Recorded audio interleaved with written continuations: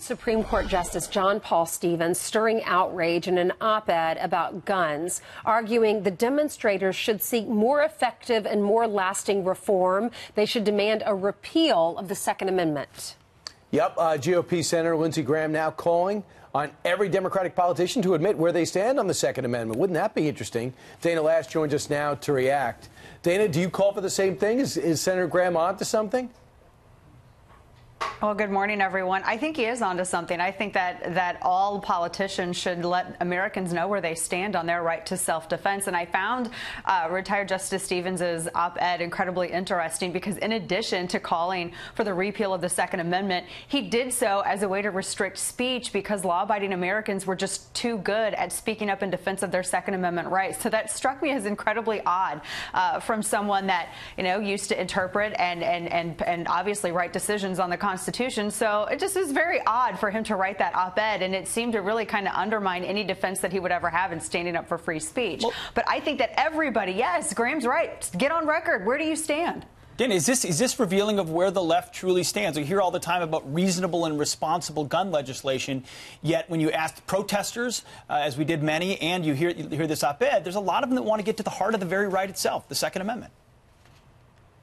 Yeah, no, Pete, you're completely right on that. And I think for the first time that we're finally starting to see anti-gun advocates be honest about where they are on this issue. Whenever they sit here and they talk about the AR-15, we know that that's a stand-in for all semi-automatic firearms.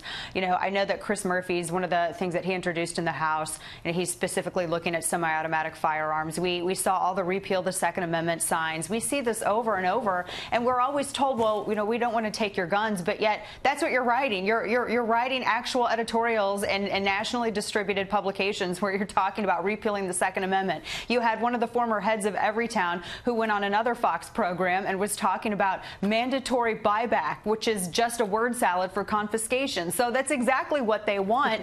They just stop short of actually articulating it because they know it doesn't poll well. A word salad. I like that. Do you think this just helps conservatives and helps the president's agenda? I think ultimately it does. I mean, it's one of the reasons, Ainsley, why former President Obama was the best seller of firearms than I think anybody before him or after him. Whenever you start talking about restricting people's rights, it makes people a little nervous. They want to be able to protect themselves and their families, right? Dana, the other big question is, what do you take from last Saturday's 200,000 plus that showed up and all those other city demonstrations? What do you think comes of this? Well, I love free speech. I'm a free speech purist. It's why I always believe in more, not fewer voices. It's why I'm not like the anti-gun advocates who are trying to get all pro-gun advocates kicked off television and radio and going after their advertisers if they're radio hosts. It's why I don't believe in anything like that. So I'm fine. I just think that all of the money that was spent on concerts and porta potties, and because they had armed security there as well, a lot of that could have been spent on school security measures. All of those individuals could have actually been meeting with elected officials. I see Andrew Pollack and I see Ryan Petty and I see Kyle Kushov out there meeting with elected officials and doing everything that they can to implement change. And they're having, they have a lot of measurable success. That's what really it takes. You can march all day long. Heaven knows I've protested before, but ultimately you got to follow it up with action. Dan, during this debate, you've had some of the nastiest things pointed at you personally, as far as your motives. How do we get to the point where an actual discussion is had as opposed to impugning the motives of every opponent? Pete, that's the million-dollar question. It really is, and it hasn't been just me either. It's been, anybody who supported the Second Amendment and their right of self-defense. We're not terrorists. I'm a mother. I have one of my oldest children is just a year or so younger than some of these teenagers that are on television and in the school. What kinds of things have happened? Sorry to interrupt you, but I am curious. Yeah, no, you hear all kinds of nasty stuff. Obviously, my kids don't agree and their friends don't really agree with what they've seen. And I hear it over and over again. And actually, my son had said this to me. He said, why is it that the media always goes to only one type of young person? Why is it the media ignores all of the other young people who bring really good ideas to the table and maybe don't agree with what the anchors and the reporters say? Maybe they really believe in their rights. Why don't you hear more from those individuals? Right. He said, we never see those people on television. Yes.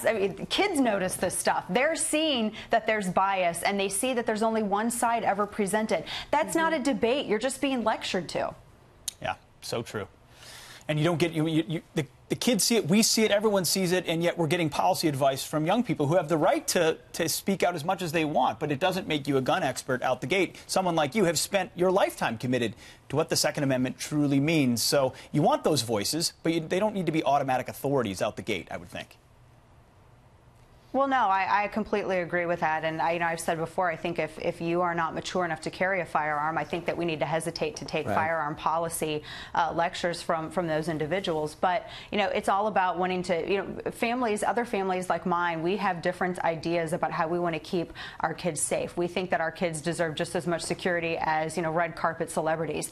And I really wish that the other side of the debate would stop projecting, their worst, just some bigoted notions on Second Amendment advocates. I wish that they would stop projecting the worst ideas onto us and stop and listen and maybe not assume the worst. Maybe give your fellow Americans a little bit of credit and ask them and have real conversations. Why do you feel that this is the best way? Instead of saying you have blood on your hands or you like your guns more than your children. All right, Dana Loesch, thanks so much. Thanks, Dana.